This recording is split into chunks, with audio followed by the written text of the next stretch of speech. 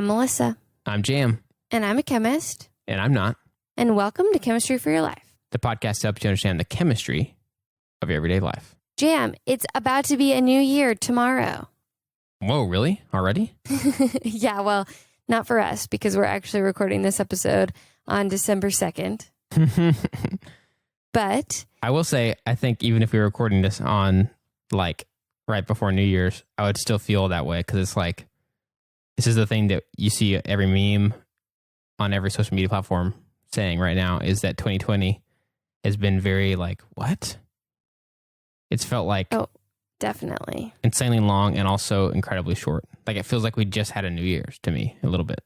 It's because nothing happened this year except everything, you know? Yeah. Nothing happened. We just sat in our houses. Yeah. Nothing happened except for things that got in the way of all the things that we wanted to happen. Right, exactly. That's a great way to put it. It's like I never got started on all the things that I wanted to do because of this virus. So that's exactly right. Well, in light of that, I thought a fitting topic to send 2020 off is an explosion. Let's just explode 2020. I'm down for that as long as nobody gets hurt. So this explosion that we're going to send 2020 off with is fireworks. I guess everyone who reads the episode name already knows that, but you don't. That's true. I don't know that, but I did start to put it together when you talked about New Year's and explosions, and the typical explosions we experience at New Year's are mostly fireworks. So That's true. That's true. Should be anyway. So we're going to talk about fireworks. And even before I start, I want to say that I got a lot of this from an article by Kathy D. Antonis, and that's from something on the American Chemical Society website. So we'll link to that. But since I got so much of it from her, I wanted to give her credit. Nice. Awesome. Okay. So there are two components to fireworks that we're going to talk about today. Okay. One, the explosion part of it. Mm-hmm. And two, the sparkly lights, the lights that we see. Oh, okay. Gotcha. So we're going to talk about both of those things today. Okay. So the light part is a little bit of a review, why we see the colors of fireworks and why it has light at all. So we're going to talk about that first. Okay. So there's two things that cause fireworks to glow. Mm-hmm. One is the metal gets really, really hot, and then it will have a glow just from being hot. Oh, interesting. Okay. The electrons are moving, so it gives us energy and heat and light. So it's like little pieces of metal? It's like the atoms are moving around. Okay. Okay. So that's one thing. The other type of light is hopefully one that sounds familiar to you because we talked about it on last week's episode about LEDs and on the glow sticks episode and on the Fire Halloween episode. So we've talked about this a lot. Right. But electrons falling from a higher energy level to a lower energy level, it gives off energy, and sometimes that's in the form of light. Right. Okay, so the heated light is known as incandescent light. Mm-hmm. You may have heard that because it's the same thing that heats light bulbs and that filament in the light bulbs. Mm-hmm. Or the other one is known as iridescent light. Oh, iridescent. Yeah, I have not heard that word very much. Right. So the one that you've probably seen more often in your fireworks is actually the iridescent light. Okay. This is the thing responsible for this is metal salts. Uh-huh.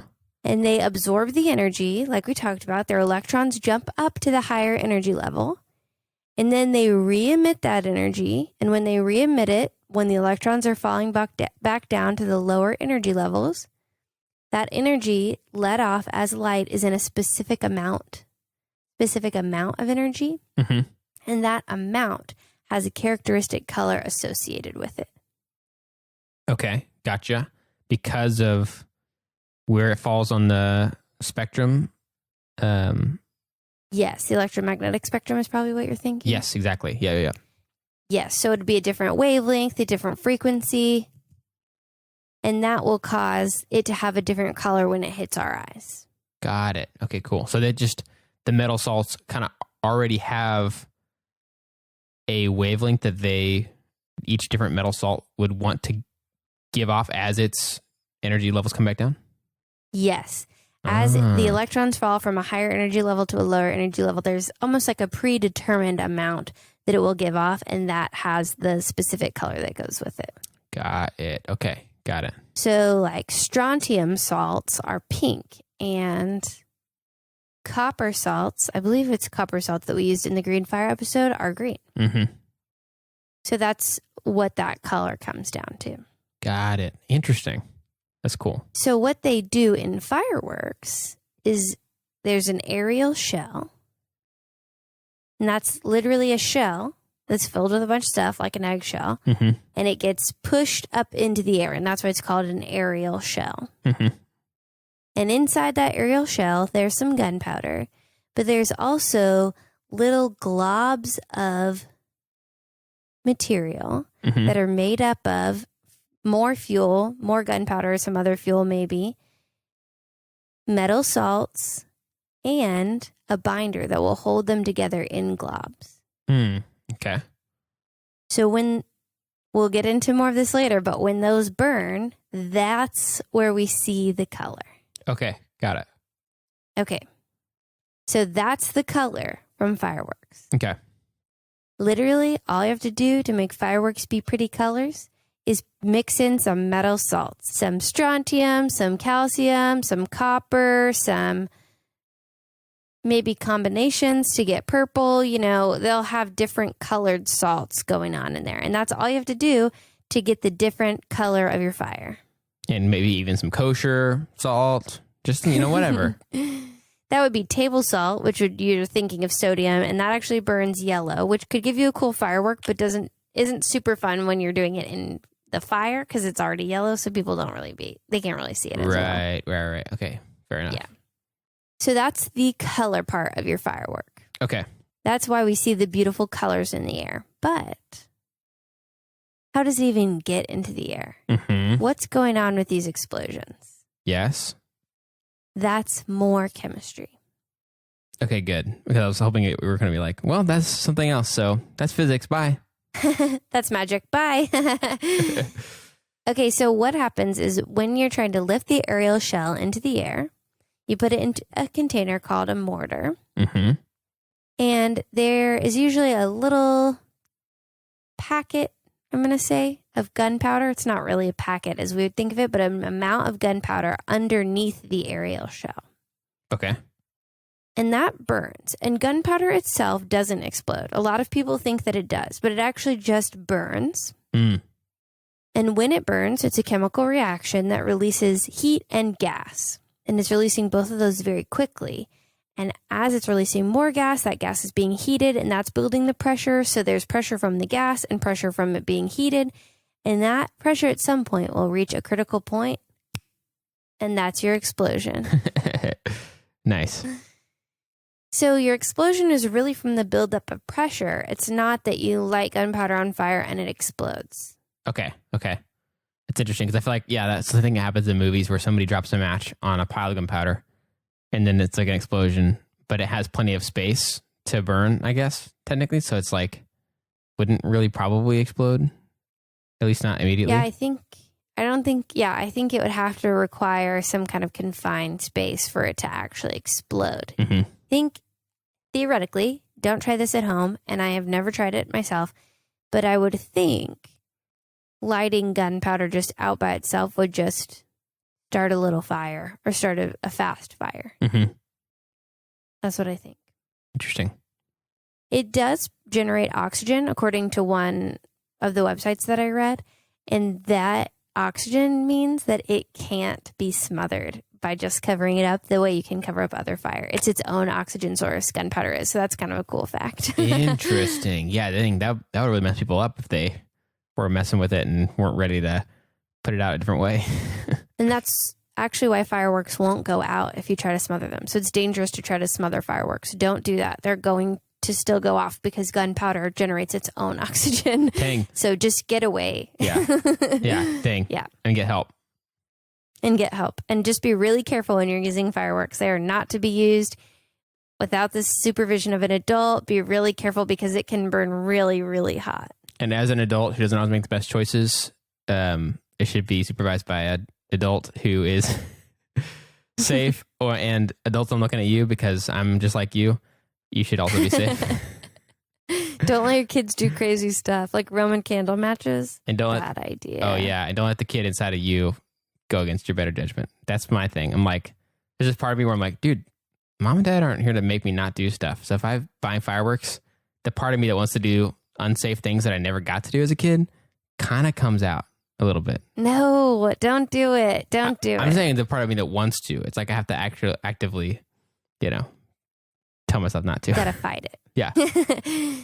So that's the first explosion that sends your container that holds all your metal salts that are going to color your fire up into the air. And usually as part of that initial lighting on fire, there's a delayed time fuse as well. So the fire that starts with the gunpowder will usually ignite a delayed fuse as well. So that when your shell is up in the air, far, far away from the ground, then that gunpowder will also light on fire. Okay. So then you have the same reaction. Your gunpowder is burning, it's producing oxygen, it's getting really hot, hot air expands really rapidly. And so you're going to have your same explosion just up in the middle of the air. And that explosion will send your metal salt globs all over while they burn. And you'll get to see the beautiful colors from your metal salts absorbing and re-emitting energy as they fly through the air. Wow. So weird. I know. So, and that's, I guess like the standard shape of firework is that those lights are going in every direction, So it's really pretty random, I guess you could say, at least in the most standard firework, is that it's just going to spray in every direction everywhere. So it's like just going to look cool no matter what. Well, you'll get more information on that later. But yes, the standard firework, if you just have random globs all over, it's going to just go all over. Nice. It seems like so crazy to try to figure out a way to make it be not random. Like that sounds way hard. Well, it's funny that you should mention that because one of the fun facts, I'll just tell you now, but one of the fun facts I was going to reward you with today is to get the arrangement of the shapes that we see, they arrange those globs of metal salts inside the shell. They call those stars, but I was worried that would be too confusing because sometimes fireworks look kind of like stars. But so they arrange those little globs of metal salts in the shell, inside the shell, so that when they explode, those will go in the right directions to make the right shape. Isn't it crazy that they could anticipate that and control it? Dude, that is so crazy. That just, to me, just seems like I wouldn't even know how to do that other than just tons of trial and error and stuff. That still seems like it would be so unpredictable in a lot of ways. I think partly just because like things hurling through the air and exploding just seems so hard to like predict down to a science like that I would have such a hard time imagining being able to make a shape out of exploding things. Yeah, isn't that wild? I don't know if they could do it perfectly, like make it into stars or anything like that, but I do think they have some control over the direction it goes into. Yeah. But they might be able to do it perfectly if you're a real firework expert. And some of the cooler fireworks, it really just almost seems like rings of colors, which would not be that hard. You make like some globs closer to maybe like the middle. So obviously when they explode out, the ones that are on the first outside are going to go further first or whatever. And so that'd be relatively simple, I guess. Just pick some different salts and have them on different layers or something like that. So right, exactly. Yeah, okay. Yeah, that's not crazy complicated, but still very cool. It is very cool. Okay, so now that I've been given one fun fact, should I try to say back to you what I know so far? I think you should. Okay, so let me start kind of at the beginning from when we all light the firework. We light a fuse. That part's kind of simple, I guess. It's just like burning or whatever. But it gets to the bottom of the firework, which has one part of the gunpowder. And that burns really quickly and not explodes, but burns really quickly and gives off oxygen, which helps the burning even happen even faster. And when things are getting hot, things expand. There's just all this energy being released all at once, pretty much, right? Right. And really quick release of energy. And in a lot of these really cool fireworks, you have that tube. And so the only place, it's all building up, and the only place for the firework to go is up. Right. All this being released and just shoots up in the air. Mm-hmm. But then, so our firework is hurtling so fast toward Mars. 100%. I don't know if it's toward Mars. Depends probably where we are in the rotations. You know? That's true. It could be anywhere. Very fast toward outer space. And thankfully, there's other gunpowder and I guess a delayed fuse. So that we're not just shooting an object up into the sky, you know? Right. And that's all waiting for a chance, waiting for its time to shine. With another fuse inside there that's just kind of burning. And when the time is right, when it reaches that, the second amount of gunpowder lights, the same thing happens, except for instead of shooting a direction, like one direction, it just goes out everywhere. Yes. While at the same time, getting those globs of metal salts very, very hot, really fast, and then shooting them all these different directions. And what we've learned from previous episodes about light and energy levels and stuff, different things as they're coming down from a really high energy situation, like an explosion in this case, will sometimes show that energy being released and coming back down. Right. With something we can see, which is light. Yep. And I was thinking, like, we've talked about this a few times, but in this case, one thing that came to mind was, what if you view the explosion as like a stressful situation? So we've all experienced stress and anxiety of some kind, whether it's like, say you just get a text message or email or call, and it's like, hey, something really important is due tomorrow at work tomorrow. Okay. We all can relate to be like, that's not great. But we all could experience the same stressful situation, but react a little differently. We'll all react. Oh, yes. And so some of us might be blue, some of us might be pink, red, green, whatever, in the way that these metal salts do. And many of us will react the same way across many different stressful situations and explosions. That's just how we are. I'm probably going to react the same way to something really sudden and stressful almost every time. And you the same way almost every time. It's not perfect because obviously not every situation like that is the same. But when you're talking about a gunpowder explosion, it's probably pretty similar. And really, the stressful thing isn't the thing that makes a difference. It's each person, or in this case, each metal salt is different and has a slightly different way of showing its energy level changing. The electrons going from being really excited to getting less excited. Yes. Is that right? Wow, that was really good. That's right. Yeah. You said we each react differently, and that's, I don't want people to think it's not really a reaction. It's just energy being accepted and absorbed. And I know you clarified that later, but I just, want to make sure everybody knows it's not a reaction. And also, while you were talking, I was thinking, I'm not sure if I clarified, but I think the gunpowder or the fuel, sometimes they have fuel and oxidizing agent mixed into those globs that have the metal salt all in them. There's like a bunch of stuff in there. So those can be burning. They also catch on fire and are burning while they're flying through the air. Then the fire is what's colored that we see. Right, just like green fire. It's like, Yeah, it can be colored fire or giving off light. It might be a combination of both, but there's more than just... There is gunpowder in there. It's not just the metal salts. Right. And just like how in the green fire thing, the salt changes the color, but it's still fire. It's not like it's something else completely different or whatever. Right. Yeah. And so I'm not 100% clear. And one resource said there's gunpowder in those, and another resource said another oxidizing agent and fuel. But either way, there's something that lights on fire. And either way, there is light being given off in a specific wavelength that is a color to the human eye.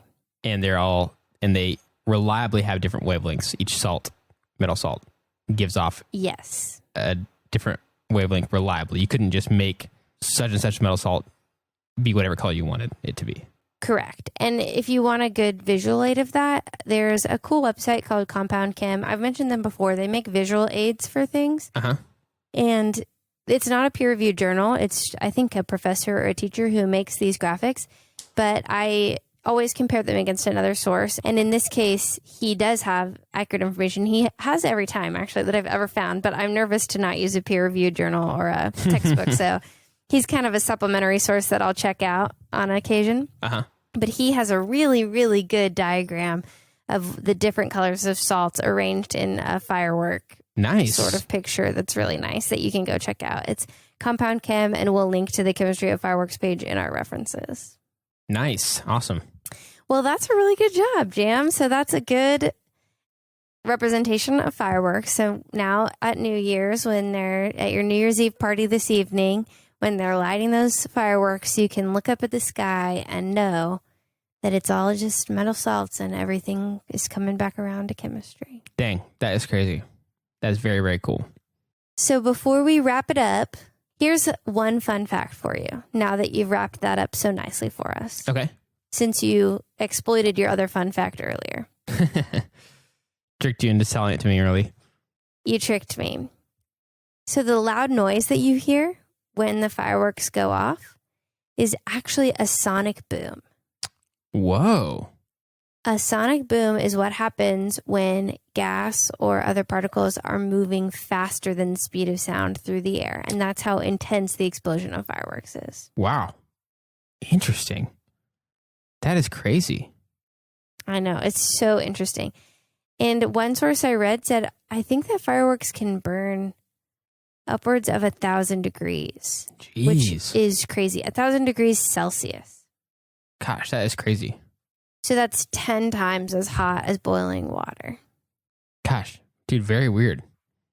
Mm-hmm. That makes sense. I mean, that's like, those are dangerous, dude. Like, you don't want to be anywhere near something that is gonna, when it explodes, be that hot. Like, oh, 100%. Don't play with that.